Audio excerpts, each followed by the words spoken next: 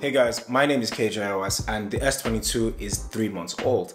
Now in that time I have put it through its paces, from taking pictures, going on social media and basically making it my daily driver. Now even though it's held up pretty well, there are a few things that you guys should still know if you're considering buying this phone right now. Now the first is the price and of course the second-hand value. Now Samsung, even though they are a premium company, the prices of their phones tend to crash after a couple of months.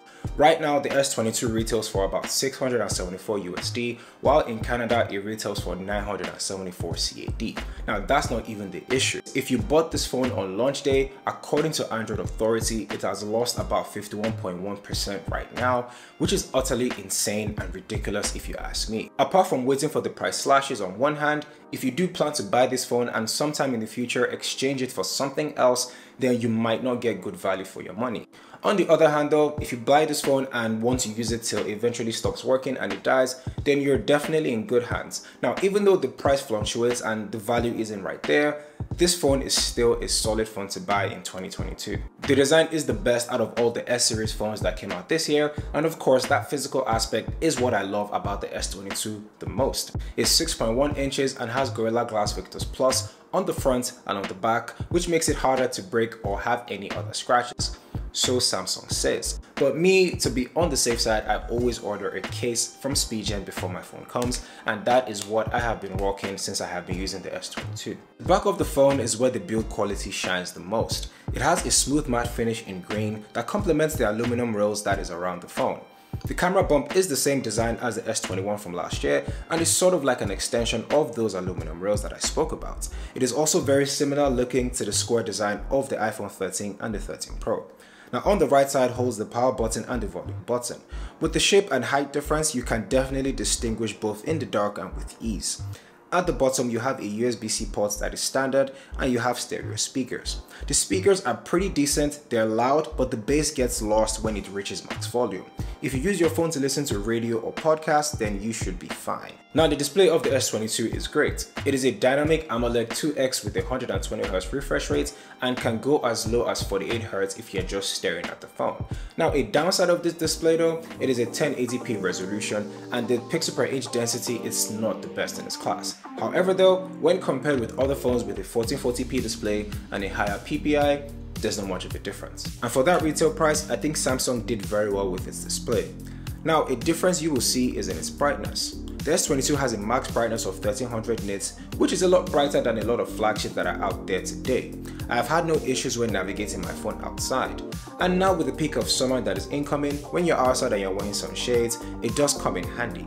Now if by any chance you can't navigate your phone when you're outside, the S22 has a vision booster to help enhance your experience, but majority of the time you might not even need that much brightness because it will impact your battery life significantly. And speaking of that battery life, the S22 has a smaller battery capacity than the S21 that came out last year, coming in at 3,700 mAh of battery. Now, with the smaller battery capacity, a 120Hz refresh rate, and of course the new Snapdragon 8 Gen 1, you would think the battery of the S22 sucks. And you will be correct. The battery of the S22 is not that great. Using it every day has been a chore. Now taking it off the charger by 7:30 to go work out, and it uses a lot of power. By the time I come back from my workout 2 hours later, it's about 75%.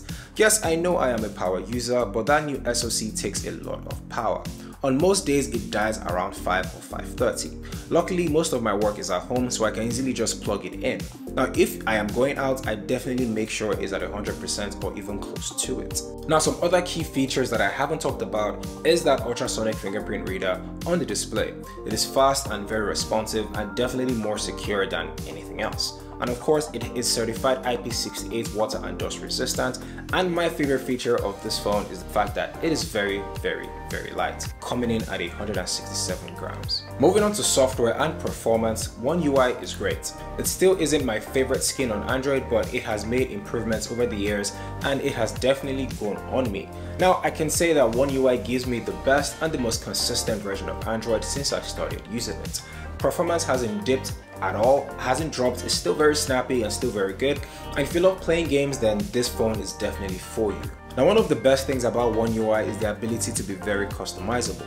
The customizable always-on display is a welcome addition. I have a lock screen widget to see if I have any other schedules or alarms, and you can design this to what you prefer. If you're also into applying themes and not installing Nova Launcher, Samsung has different themes that you can choose from, especially when changing icons if the stock icons aren't your taste. Now, I'm a very simple person when it comes to my home screen. I prefer a colorful wallpaper, 2 to 3 essential icons, and of course a few widgets for my music, and that is about it. A feature that Samsung has advertised a lot is the ability to remaster older pictures. Now, it doesn't do a whole lot of difference in my opinion, but I see this as one of those features that are gimmicks because I barely use them. Using the S22 for 3 months with software improvements, have there been any difference to the camera quality? Well, the camera on the S22 is a very safe option. It will not blow you away by any chance, but it will do the basics and give you the pictures that you're looking for. It is a 50 megapixel wide angle lens, a 10 megapixel telephoto lens with a 3x zoom, and a 12 megapixel ultra wide lens. Like I said, the cameras are good, but in this world of comparisons, it isn't going to leapfrog the 2 best smartphone cameras in the world right now. In any decent lighting condition, the phone produces great images that are balanced in terms of color and vibrance. The ultra-wide gives a softer tone to its pictures than the main sensor, but still does the job in the right conditions. The telephoto lens is also great. With no white balance issues or inconsistencies, the 30x zoom has proven useful, especially when trying to see if the buzz is coming. But apart from that, I haven't used it that much. Now, the S22 shoots at 8K at 30 frames per second. Now, it's pretty dope to be honest, but it isn't the most common, especially when people can't even tell the difference between 8K and 4K.